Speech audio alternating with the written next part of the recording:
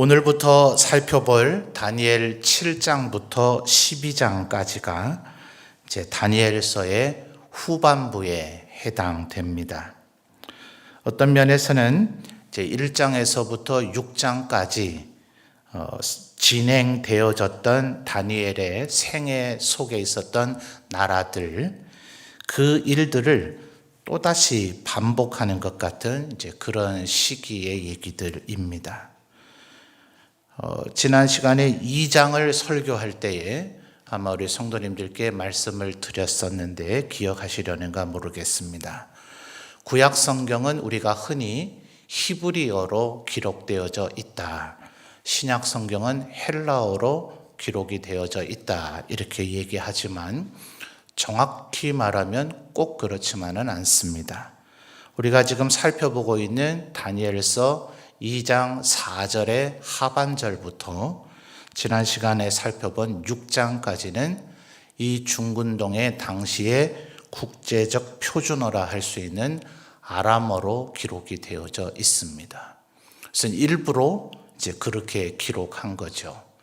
2장에서도 4장에서도 보면 느부갓네살의 꿈을 다니엘이 해석해 줬을 때 느부갓네살이 다니엘 앞에 엎드려 절했다 이렇게 얘기하죠.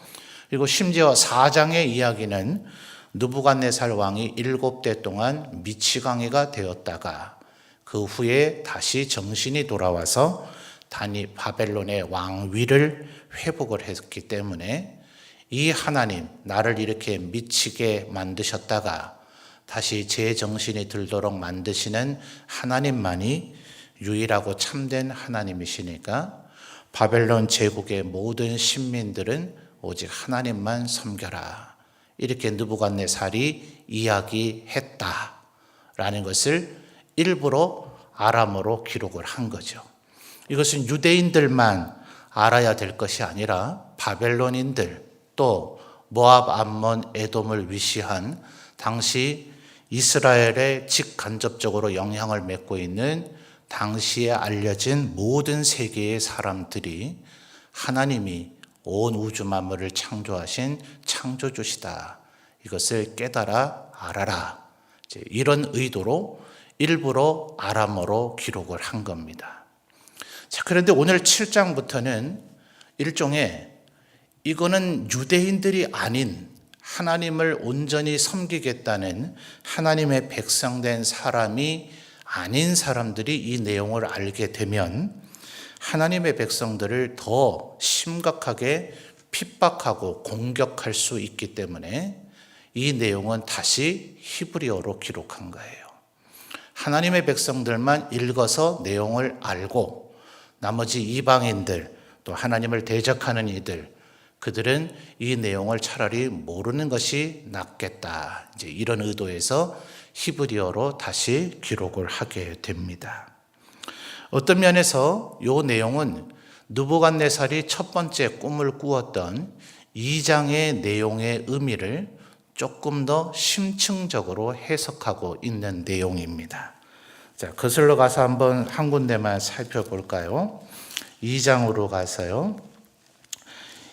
2장 44절과 45절을 한번 읽어보겠습니다. 2장 44절, 45절입니다. 우리 성도님들 읽어주세요. 시작.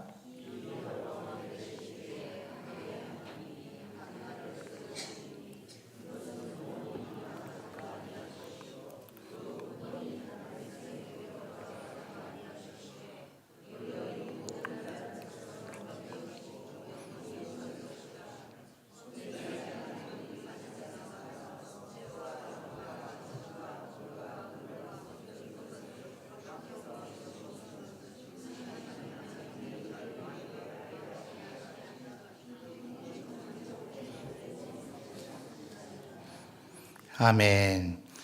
자, 45절에서도 쇠와 놋과 진흙과 은과 금, 그러니까 몇 개입니까? 몇 개죠? 5개죠. 그죠? 32절과 33절로 거슬러 가서 다시 보시면 2장 32절, 33절입니다. 몇 개인가 헤아리면서 보세요. 머리는 순금 하나죠. 가슴과 두 팔은 은 두 번째죠. 배와 넓적다리는 놋 세 번째입니다. 그 종아리는 쇠, 그리고 그 발은 얼마는 쇠요, 얼마는 진흙 섞여 있다는 거죠. 그러니까 몇 종류입니까? 역시 5종류죠.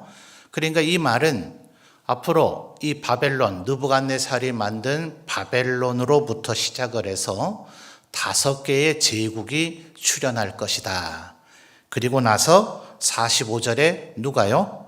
손대지 아니한 돌, 예전 개역 성경은 뜨이지 아니한 돌이라 그랬어요. 그러니까 사람이 거대한 산의 바위 속에서 필요한 만큼의 돌 크기를 만들려면 정과 망치 같은 것으로 돌을 떠내야 되죠. 내가 원하는 부피만큼 조각으로 깎아내야 됩니다. 그런데 그건 사람이 떠낸 거죠. 그래서 45절에 이 손대지 아니한 돌이라 하는 것은 사람에 의해서 인위적으로 만드는 돌이 아닌, 이게 지금 나라를 의미하잖아요. 그래서 사람에 의해서 만들어지지 않은 나라가 이 모든 나라들을 멸망시키고 영원토록 이어지는 하나님의 나라를 이루실 것이다. 이렇게 이야기를 한 거예요. 자, 그러니까 지금 45절에 요것, 어쩌면 지금 이 얘기를 들었던 느부갓네살이나 느부갓네살의 후예가 되어지는 벨사살은 그렇게 기분 나쁘지는 않았을 거예요. 왜냐하면 하나님과 또 더 나아가서 하나님의 백성들이 바벨론을 멸망시키는 건 아니니까 말입니다. 자, 우리는 이제 이게 다 과거의 역사이기 때문에 알고 있지만 이 바벨론인들은 이게 무슨 나라인지 모르겠죠. 그래서 은혜 나라가 어떤 나라인지는 모르지만 은혜 나라가 우리를 멸망시킨다 하고, 그 은혜 나라는 노새 나라가 멸망시킨다고 하고, 그 노새 나라는 쇠의 나라가 멸망시킨다고 하고, 그 쇠의 나라는 쇠와 진흙이 뒤섞인 나라가 멸망을 시키는데, 그 쇠와 진흙이 뒤섞인 나라를 하나님이라고 하는 존재가 뜬 돌, 사람이 뜬 돌이 아닌 하나님에 의해서 떼어진 돌이 와서 그 쇠와 진흙이 뒤섞인 나라를 멸망시키고 영원한 나라를 이룬다 한 거죠. 그러니까 이걸 히브리인이고 유대인인 다니엘이 이걸 해석해 줘 봐야 다니엘에게 당장 어떤 위해가 가해지지는 않겠죠. 그런데 실상 이 하나님의 나라는, 여러분, 나라 하면 뭐가 있어야 됩니까? 주권이 있어야 되고요, 영토가 있어야 되고요, 그 다음에 국민이 있어야 됩니다. 이 세 가지 가운데 중요한 것이 뭘까요? 셋 다 있어야 제대로 된 나라 꼴이 되는데, 이 세 가지가 없어도 그 중에 단 하나만 있어도 나라로서의 명맥은 유지될 수가 있습니다. 뭘까요? 그것은 주권입니다. 우리나라가 일본의 지배를 받을 때 우리 민족은 그 누구도 우리를 스스로를 일본인이라고 생각하지 않았을 거예요. 우리가 살고 있는 지금 이 소위 한반도라고 보통 부르는 우리의 강토와 강역은 여전히 존재하고 있었습니다. 그런데 법률적으로 그 시절에는 이것을 조선이라고 부르지 않고 일본 제국의 영토라고 불렀죠. 우리들 스스로는 그 누구도 우리가 조선인이라고, 한국인이라고 여겼지만 국제적으로는 우리를 조선인이라고 할 수는 없는 상황이죠. 그런데 주권이 1919년 3.1 만세운동을 계기로 상해 임시정부를 세우니 그곳에 대한민국의 정부는 여전히 살아있게 되는 겁니다. 프랑스가 독일에게 2차 세계대전 때 정복당했을 때도 프랑스의 장군이었던 드골이 영국에 가서 망명정부를 세우죠.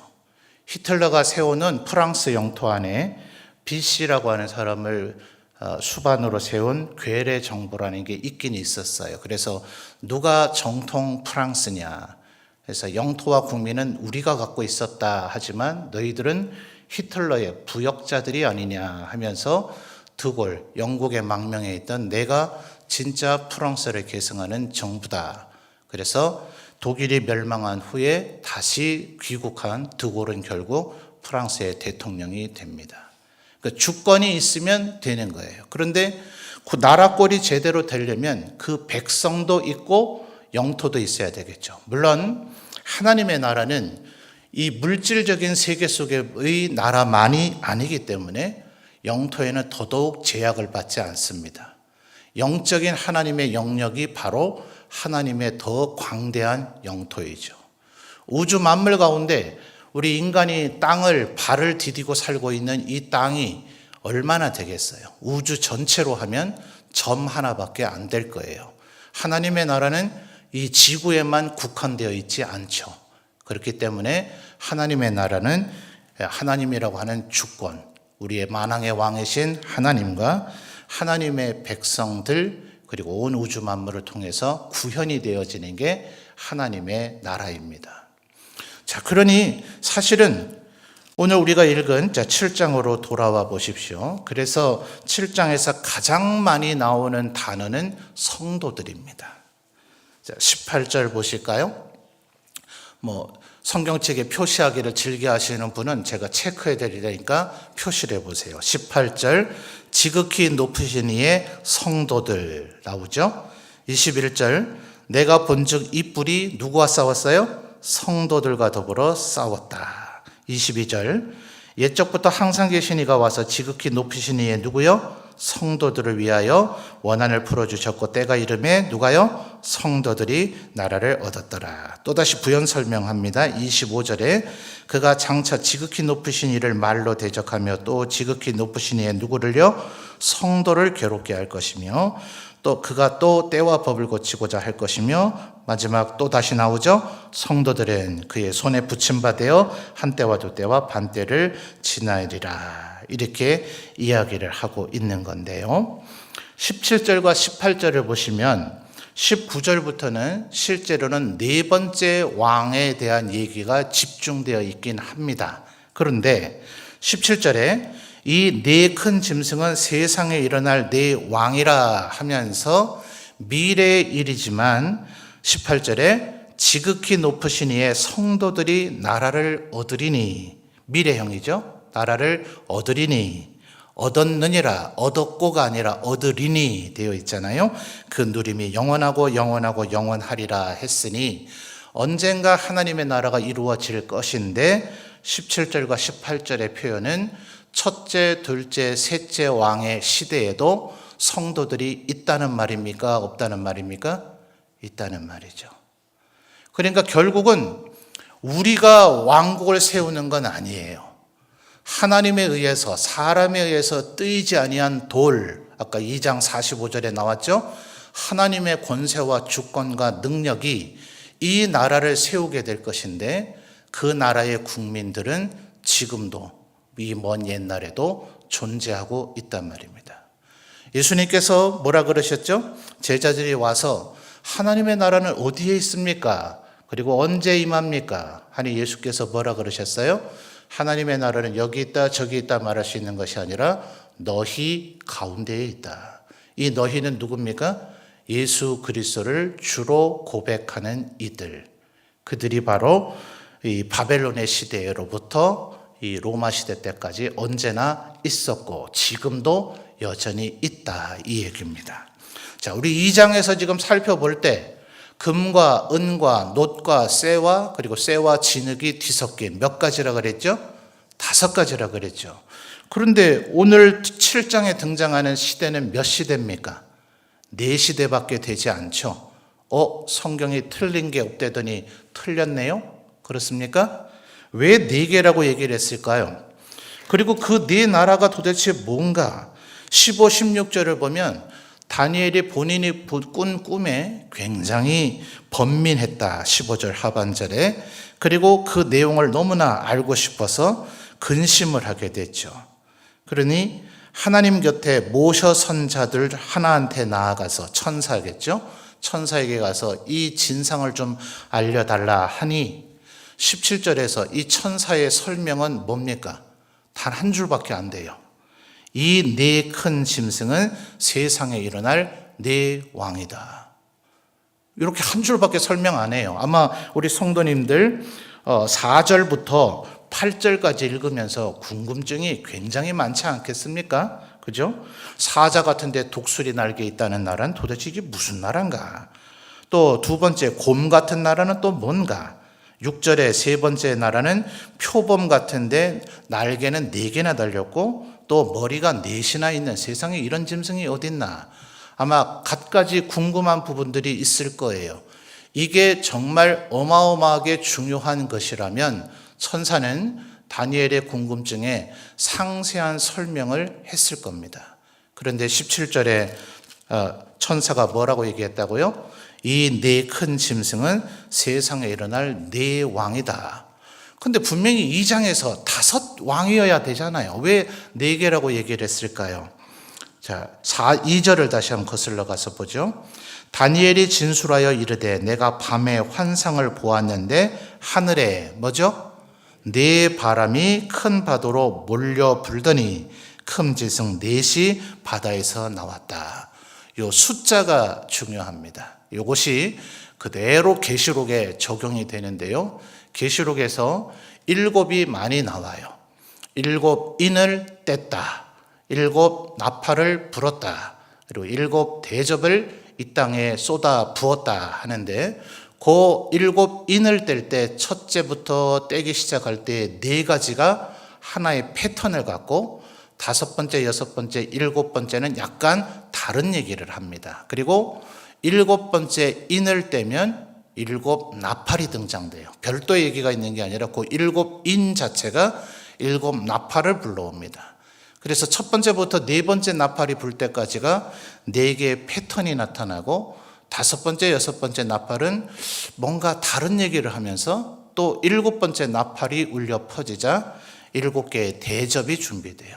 그러니까 7번째는 사실은 다음 연쇄고리를 파생시키는 거지 별도의 의미를 갖고 있지 않아요. 그래서 그 앞서 있는 4개, 그리고 여기서도 말하는 4 바람과 큰 짐승 4은 이 세상 동서남북, 이게 이제 통칭하는 세상을 의미하죠. 그래서 이 세상 전체를 나타내는 것을 표현합니다. 그러니까 하나님께는 이게 크게 중요한 문제가 아니에요.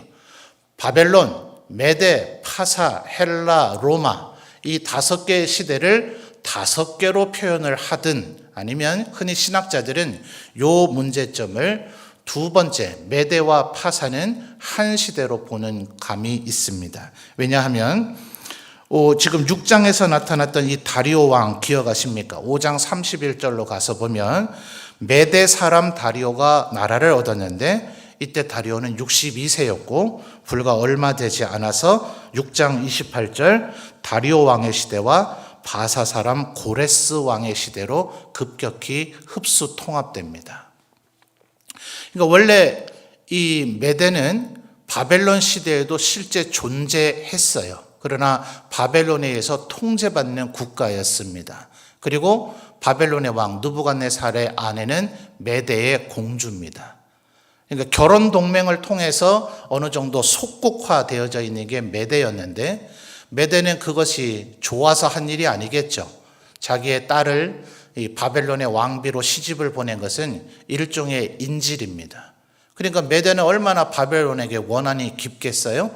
그런데 메데가 바벨론을 독자적으로 혼자 멸망시킬 수가 없기 때문에 바사라고 하는 나라와 동맹을 맺어서 바벨론을 무너뜨리는 데는 성공을 했는데 바사가 뭐 때문에 메데와 세계를 절반으로 나누겠습니까? 바벨론을 멸망시킨 후 메데를 그대로 쳐버려서 메데는 승리한 것 같았지만 급격히 몇 년을 버티지 못하고 바사에게 흡수 통합됩니다.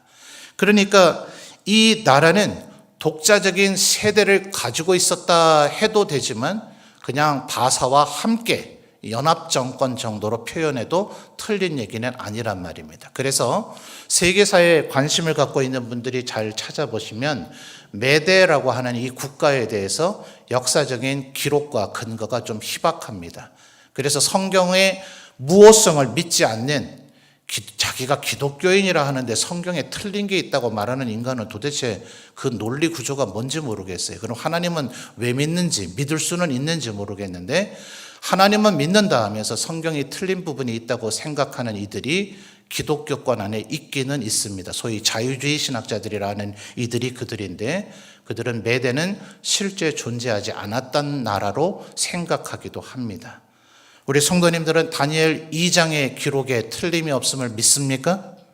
이게 기독교인의 바른 신앙의 자세여야 돼요. 그래서 하나님께서는 지금 2장의 5시대를 얘기했다는 걸 모르시는 것이 아니라 그 모든 나라는, 사실은 지금의 얘기는 바벨론에서부터 예수 그리스도 초대교회 성도들이 살았던 로마 제국 시대까지를 표현하긴 합니다.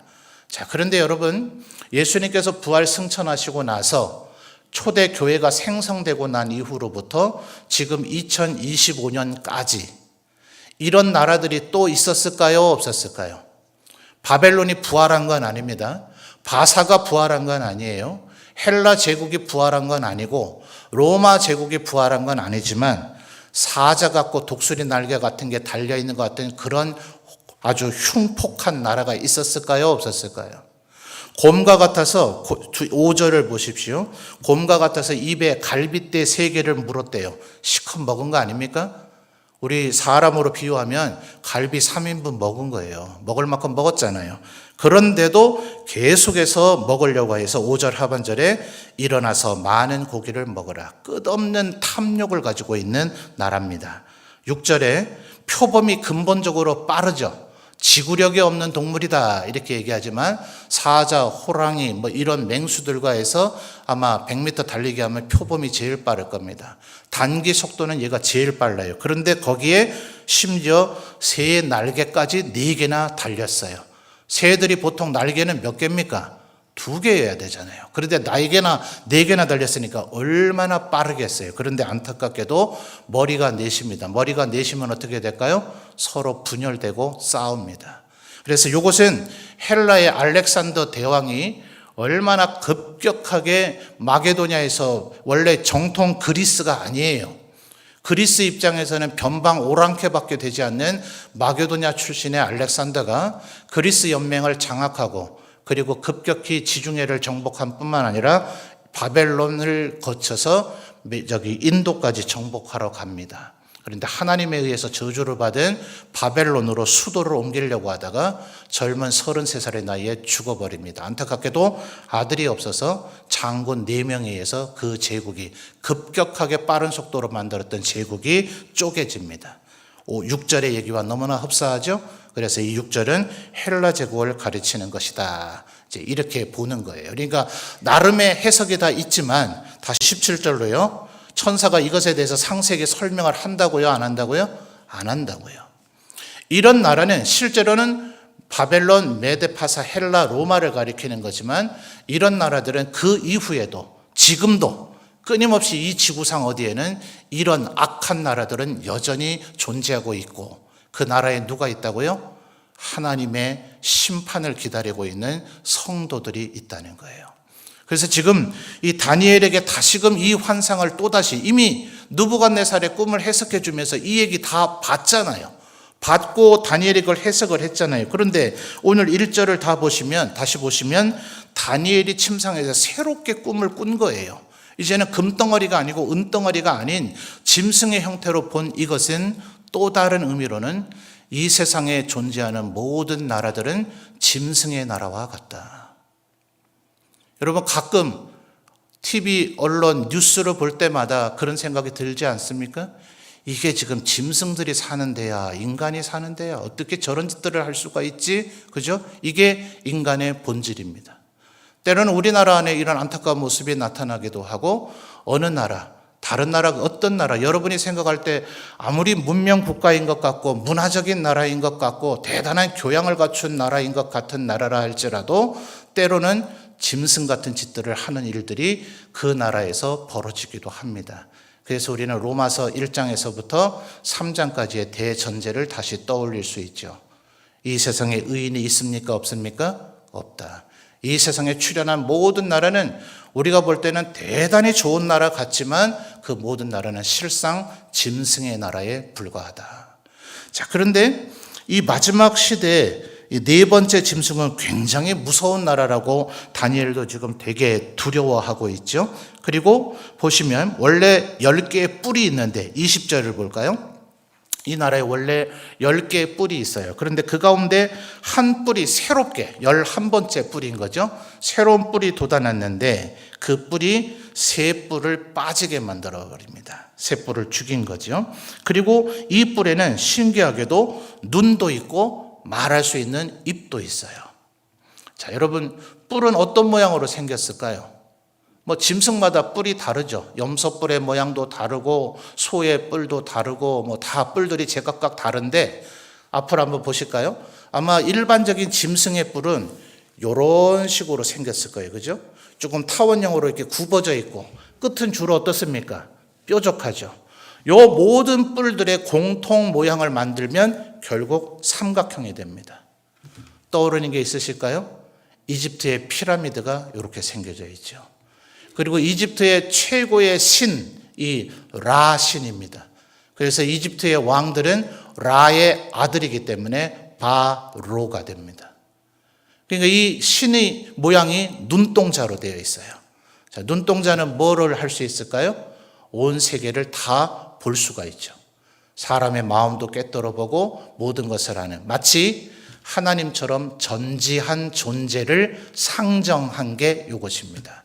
그리고 그에게는 입이 달려 있어요. 그런데 20절을 보니까 큰 말을 하는 입이래요.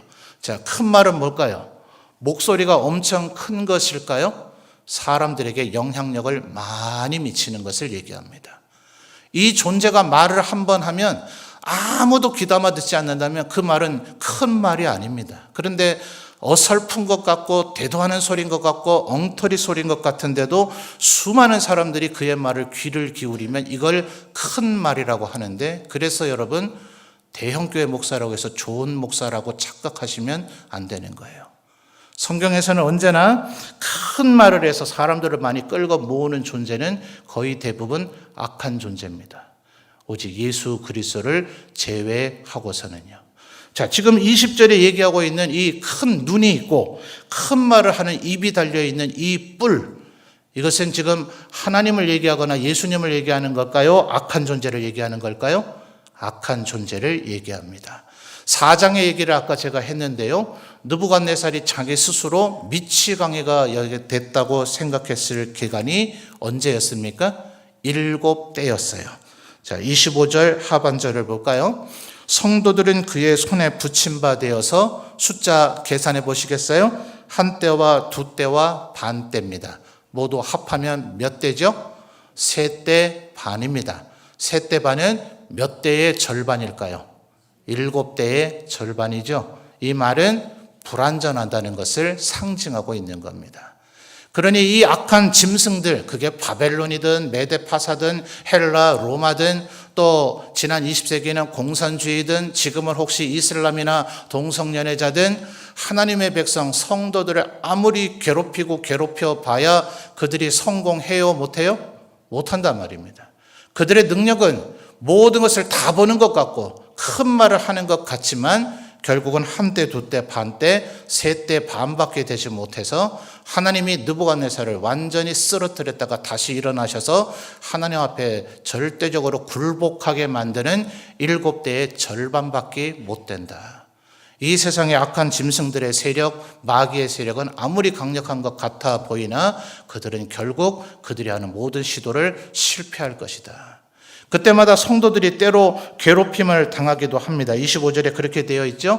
성도들이 괴롭게 할 것이며, 또 21절을 보면 내가 본즉 이 뿔이 성도들과 더불어 싸워 그들에게 이겼더니 그랬습니다. 이걸 군대적인 용어로 하면요, 하나님의 백성들이 전투 하나하나의 일개 작은 전투에서는 패배할 수 있습니다. 그러나 결국 메가더의 지휘 아래 인천 상륙작전에 상륙을 하면 압록강까지 밀고 올라가서 우리 한국전쟁은 다시 휴전을 할 수밖에 없었지만 전투에는 패배하지만 전쟁에는 승리하게 돼요. 왜요? 그리스도께서 그들을 심판하시기 때문에 그렇습니다. 그러니 성도님들이 때로 21절에 이 악한 존재가 여러분을 싸워서 이기는 일이 벌어져서 심각한 피해와 고난과 시련을 당해도 여러분 참고 인내하셔야 됩니다. 오늘은 내가 당하지만, 그래서 계시록의 심판의 얘기를 말할 때 뭐라 그럽니까? 모든 성도들의 억울함을 신원하시리라. 그날 다 복수를 갚아주시는 거예요. 하나님께서 원수 갚는 것이 내게 있으니 너희는 오직 원수를 사랑하라. 그래야 그날 우리가 상급받을 이유가 있고, 그 원수 대적 마귀조차도 하나님께서 우리에게 상 주시는 것을 감히 반대조차 못하는 거예요. 우리는 그들과 더불어 대적해서 싸우지 않고 참고 인내하고, 우리는 죽어도 부활할 줄 믿고 오직 하나님만 온전히 믿고 있었기 때문에. 잘 들으셔야 됩니다. 이렇게 산 사람이 그날 승리하게 된다 이 말입니다.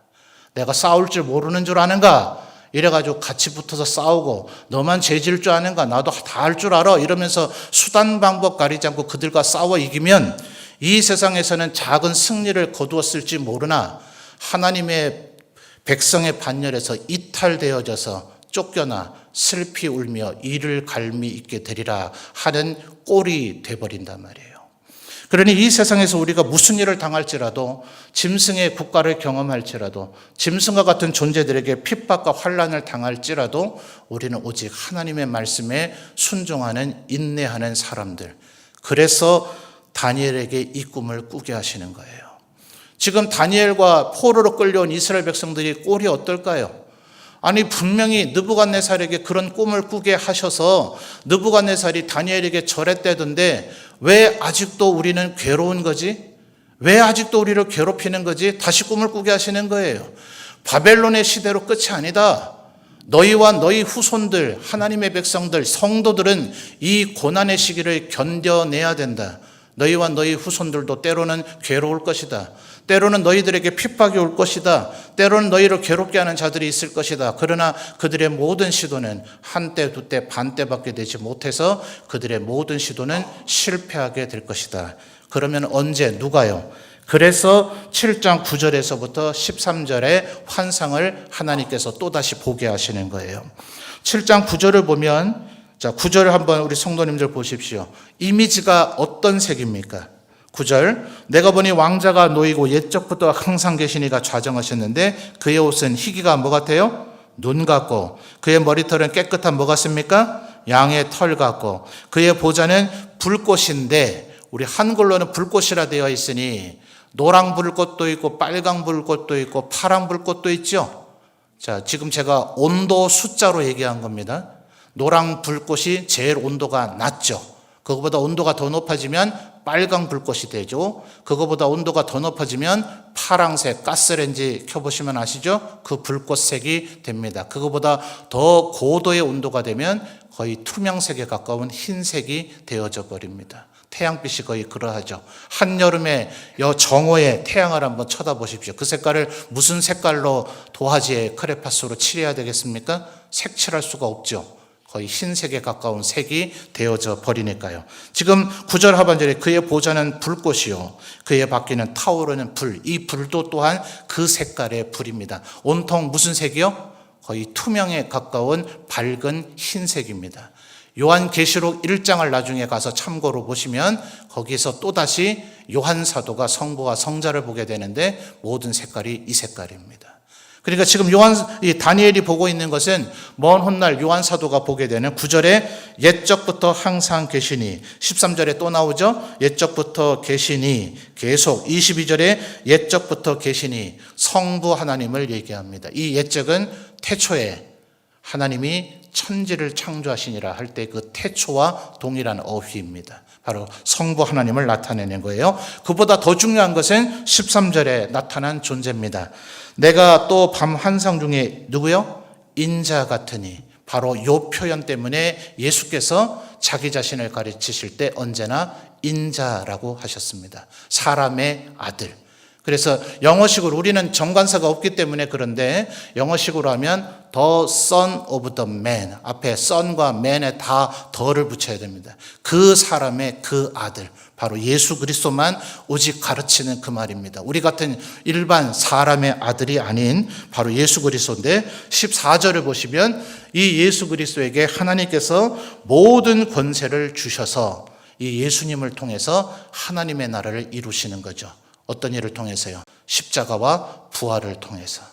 그래서 바로 이 20절의 이 시대는 이제 초대교회, 요한계시록의 배경이 되는 초대교회의 성도들이 로마 제국에 의해서 핍박받는 것을 1차적으로 묘사합니다. 그래서 어떤 이는 이 눈도 있고 말도 하는 이 뿔을 네로 황제라고 보는 이도 있기는 합니다만 이것은 바벨론으로부터 로마 시대만 국한된 얘기가 아니라 다시 한 말씀드리지만 초대교회로부터 지금까지 예수님 재림하실 때까지 그래서 5세대라고 5시대, 5왕이라고 표현하지 않고 동서남북을 상징하는 4왕으로 4짐승으로 묘사한 겁니다. 끊임없이 예수님 다시 오실 때까지 계속해서 짐승의 나라는 출현할 것이고 그 짐승의 세력이 하나님의 백성들을 괴롭힐 것이다.